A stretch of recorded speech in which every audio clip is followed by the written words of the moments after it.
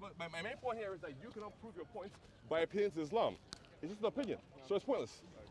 Okay, so that's the Gish galloping thing now. You've lost. You couldn't answer the questions Neither I could asked. you. I asked you 2 questions. You couldn't answer one of them. So now you have to go to child marriage and this and this and that.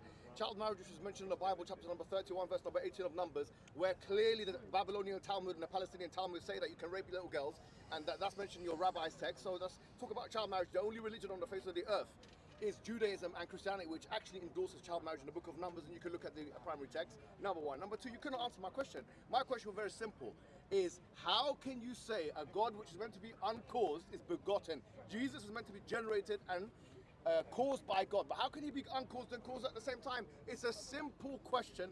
You are dumbfounded, you are bedazzled, you are completely, you are discombobulated. Yeah, you're discombobulated. He doesn't have any response for this question, so I'm telling you now that unless you can answer this question, everyone here, Christian and Muslim, is going to realize that you have no answer, just like William Lane Craig had no answer, just like all the Christian scholars I've ever spoken to have no answer, just like Christianity has no answer. All right. Go ahead and answer. So you have conceded to the point that Christianity is worse than homosexuality. You couldn't actually substantiate it, therefore your claim is baseless. Awesome. However, my claim still stands that Islam is worse than cannibalism. Anyway, let's move on from there. So now you're running away. Now you're appealing to text. So, not to mention that you are the one who said here very boldly that if you simply read the Quran, it actually advocates for an extreme form of pedophilia. You said that, I didn't say that. I don't appeal to any rabbis for my text. However, I don't know what you were appealing to there, obviously the Quran. So, in the Quran, according to you, your own words, hijab, again, you make these statements that you can't actually back up. You said that the Quran advocates for a very severe form of pedophilia. Numbers doesn't do that, Samuel doesn't do that, but the Quran does. Hooray for hijab. Now, if I have any time, now, in my next point, I'm going to then tackle your points about begottenness and also show you how your God isn't real because he lacks certain qualities that make him, or should make him, the first efficient cause of everything.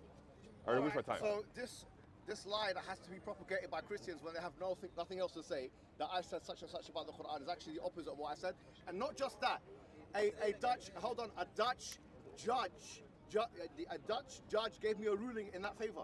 They actually looked at my words and they said that people like you online have been fabricating it to the point where I went to the ministers in Holland and I beat them in a case. So people can decide whether to believe you, who's a nobody who no one knows their name, or a Dutch judge who has nothing to do with me anyway. That's number 1. Number 2 now you're running away from the question again, aren't you? You're running away from the question. How can a God be caused? Do you believe Jesus Christ was begotten by God? He was begotten by the Father. Now my question, very simple, and this is the 5th time I'm asking this question. Can you imagine 5 times asking one question, then he has the audacity in every preamble of what he says to say that I'm not answering him, that I'm running away from him. I'm saying, give me one answer to this question. How can a God be begotten? How can a God be generated? How can Jesus be caused? How can an uncaused thing be caused? Simple question, go ahead. Alrighty, ready? Okay. The judge has no name, your case has no detail, throw it out. So, you are still advocating for pedophilia, and that will always be a mar on your credibility and your career. I'm glad everyone knows your name because they can now associate you with pedophilia. Well done, hijab. Congratulations. Now, how can a God be begotten?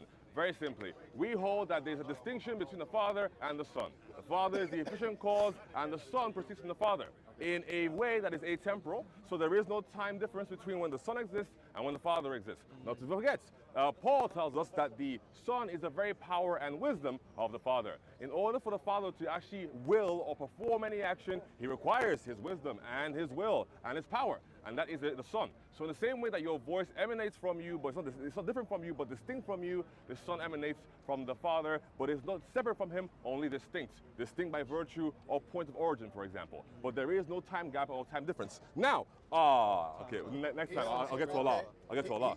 He says he's not separate from him, but distinct. Did you notice he said that? Which is basically separation and distinction are synonyms. He's not separate, but he's separate. It's basically what he's saying because he's an ignorant person. He couldn't answer my question. The question simply is this. Instead of trying to talk about pedophilia, which is mentioned in your Bible, chapter number 31, verse number 18, stop mentioning about pedophilia because maybe that shows something about your projecting something onto me today. The point of the fact is this, is that you can't answer one simple question. I've just asked you, how could it be possible that you believe in Jesus as God? Simple thing. I'm saying the Quran says this is shirk. The ones who believe that Jesus is God are committing shirk. How can you say a God is caused? In any capacity, the definition of a God is that a God is uncaused. How can you be a caused and uncaused thing at the same time? You have no answer, and this is your last attempt, so you better make it a good one. Go ahead and tell us, how can a God be caused and uncaused at the same time? Go. Pedophilia will always associate with your name. That's your own problem, not mine. So, now when it comes to the nature of Allah, because again, I answered your question. Now, Allah cannot be God because He is the one who is caused. Why is this? You don't affirm divine simplicity. Your God is composed of parts, whether those be metaphorical or real parts, like his arms and his eyes. Now, when it comes then to him being composed of parts, that then means that he is devoid of being the first efficient cause of a thing, because if something is composed of parts, then there could be efficiently, logically speaking, a composer of those parts. So your God cannot be the efficient cause. So your God is created. Your God is simply an idol. That is why you are worshiping something that doesn't actually exist or have a real existence. No, I'm not done.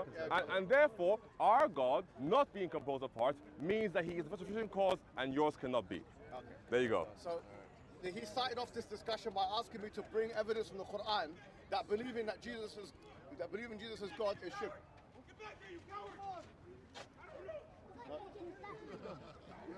I got you.